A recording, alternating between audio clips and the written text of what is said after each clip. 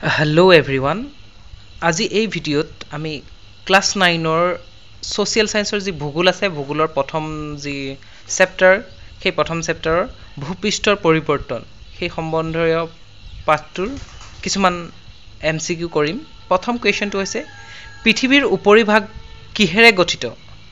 পানী আৰু বায়ু, মহাদেশ আৰু দেশ, পানী আৰু মাটি, এটাও নহয়। ইয়াত পানী আৰু মাটি। 2 নম্বৰ কুৱেশ্যন পৃথিৱীৰ উপৰিভাগ কিহেৰে পৰিপূৰ্ণ?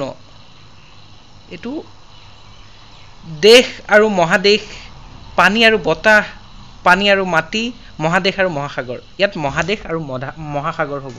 ইয়াত দুইটাৰ কুৱেশ্যনৰ যি ডিফাৰেন্স সেইটো চোৱা, উপৰিভাগ কিহেৰে গঠিত বুলি কৈছে আৰু কিহেৰে পৰিপূৰ্ণ বুলি কৈছে। তো গঠিত হ'লে আমি পানী আৰু মাটি হ'ব, আৰু পৰিপূৰ্ণ বুলি ক'লে মহাদেশ আৰু মহাসাগৰৰে হ'ব।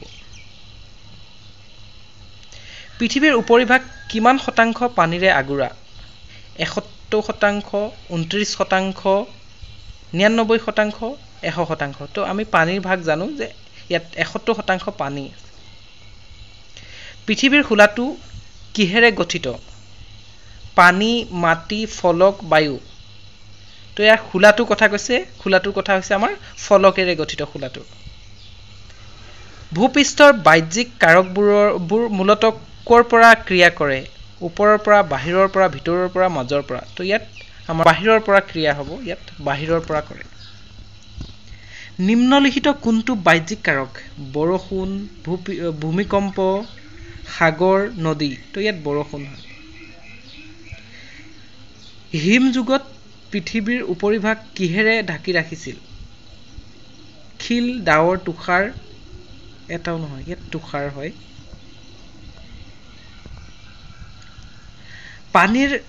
নদীৰ পানীৰ এটা উৎস হৈছে পুখুৰীৰ পানী, সাগৰৰ পানী, বৰষুণৰ পানী, এটাও নহয়। তো ইয়াত বৰষুণৰ পানী, নদীৰ পানীৰ যিহেতু এটা উৎস লাগে সেইটো আমাৰ বৰষুণৰ পানীৰ পৰা হয়। নদীৰ কাৰ্যক কেইটা ভাগত ভাগ কৰিব পাৰি? 1, 2, 3, 4টা। তো ইয়াক 3টা ভাগত ভাগ কৰিব পাৰি। অসমৰ কোনটো নদীৰ এটা কাৰ্য? খনন, চলন, স্খলন, এটাও নহয়। তো ইয়াত খননটো যি গৰাখহনীয়া বা মাটিৰ নদীৰ ভূভাগ। উৎসৰ পৰা মোহনালৈকে যি পথেৰে নদীয়ে গতি কৰে তাক কি বোলে? নদীৰ খনন, পৰিবহণ, নদীৰ গতিপথ, জমাকৰণ। নদীৰ গতিপথ বুলি কোৱা হয় এইটো। উচ্চভূমি অঞ্চলত নদীৰ গতিবেগ নিম্ন, ক্ষিপ্ৰ, প্ৰবল, মন্থৰ। তো ইয়াত প্ৰবল হয়। যিহেতু উচ্চভূমি অঞ্চলত নদীৰ গতিবেগ কি হ'ব? প্ৰবল হ'ব, অতি বেছি হ'ব। ভৈয়াম অঞ্চলত নদীৰ গভীৰতা বৃদ্ধি, হ্ৰাস পায়, গহীন, এটাও নহয়। ইয়াত ভৈয়াম অঞ্চলত নদীৰ গতি কি? বৃদ্ধি পায়, হ্ৰাস পায়, গহীন হয়, এটাও নহয়। তো ইয়াত অলপ হ্ৰাস পায় ইয়াত ভৈয়াম অঞ্চলত। পাৰ্শ্ব খনন বুলিলে কি বুজা? স্খলন, খনন, দমন, এটাও নহয়। তো ইয়াত খনন হ'ব। তো এইকেইটা আছিলে MCQ। ইয়াৰ উপৰিও আমি কিছুমান শ্বৰ্ট কুৱেশ্যন চাম। এই শ্বৰ্ট কুৱেশ্যনসমূহ ডাইৰেক্টো আহিব পাৰে বা ইয়াৰ কিছুমান মাল্টিপল চইচত ইয়াত দি দিব পাৰে MCQ টাইপত।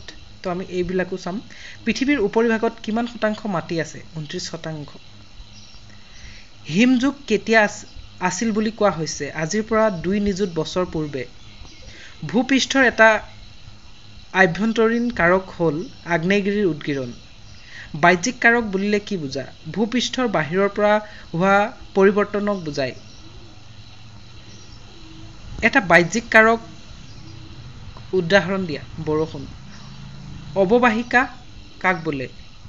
এখন নদীয়ে পানী কঢ়িয়াই নিয়া একোটা এলেকাক অৱবাহিকা বোলে। উপনদী কি? উৎসৰ পৰা সমভূমিৰ মাজেৰে বৈ অহা প্ৰধান নদীসমূহত মিলিত হোৱা শাখা নদীসমূহক উপনদী বোলে। ব্ৰহ্মপুত্ৰৰ 2খন উপনদীৰ নাম লিখা। পুথিমাৰী, ধনশিৰি। অৱনমন বুলিলে কি বুজা? বতাহে কোনো অংশৰ পৰা ধূলি বালি উৰুৱাই নিয়া কাৰ্যক অৱনমন বোলে। ইনচেলবাৰ্গ কি? মৰুভূমিত অৱস্থিত একোটা ক্ষয়প্ৰাপ্ত চাপৰ পাহাৰ। ইনচেলবাৰ্গ শব্দৰ অৰ্থ কি? দ্বীপৰ দৰে অকলশৰীয়া পৰ্বত বা পাহাৰ। দ্বীপবোৰৰ আকৃতি অসমীয়াত কি আখৰৰ দৰে? অসমীয়াত ব আখৰৰ দৰে। বালিয়াৰী কাক বোলে? অৱনমন প্ৰক্ৰিয়াৰে কঢ়িয়াই নিয়া ধূলি বালিবোৰ যি ঠাইত জমা হয় তাত ক্ৰমে ওখ হৈ পাহাৰৰ ৰূপ লয় এনে পাহাৰক বালিয়াৰী বোলে। হিমবাহৰ গতিপথ কেনেকুৱা? দীঘলীয়া। আল্পছ পৰ্বতমালা কোন দেশৰ? ছুইজাৰলেণ্ডৰ। হিমবাহে কি আকৃতিৰ উপত্যকাৰ সৃষ্টি কৰে? ইউ আকৃতিৰ। উচ্চভূমি অঞ্চলত নদীৰ গতিবেগ কি? প্ৰবল। ভৈয়াম অঞ্চলৰ নদীৰ গভীৰতা কি? হ্ৰাস পায়। নদীৰ পাৰ্শ্বখননৰ পৰিণতি কি? গৰাখহনীয়া। অসমৰ একমাত্ৰ ৰামছাৰ এলেকাটোৰ নাম কি? দীপৰ বিল। নদীয়ে কিহৰ সহায়ত গেদৰ সৃষ্টি কৰে? খনন কাৰ্যৰ জৰিয়তে। প্লাৱনভূমি কাক বোলে? নদীৰ দুয়োপাৰে যুগ যুগ ধৰি গেদ জমা হৈ সৃষ্টি কৰা পলসুৱা সমতল ভূমিক প্লাৱনভূমি বোলে। ইয়াদাং শব্দটো কোনে ব্যৱহাৰ কৰিছিল? তাৰিম অৱবাহিকাৰ লক্ষ্ণৌৰসকলে। তাৰিম অৱবাহিকাৰ লক্ষ্ণৌৰসকলে। ইয়াৰ আছিল কিছুমান শ্বৰ্ট কুৱেশ্যন যি MCQ বা ডাইৰেক্ট শ্বৰ্ট কুৱেশ্যনো আহিব পাৰে।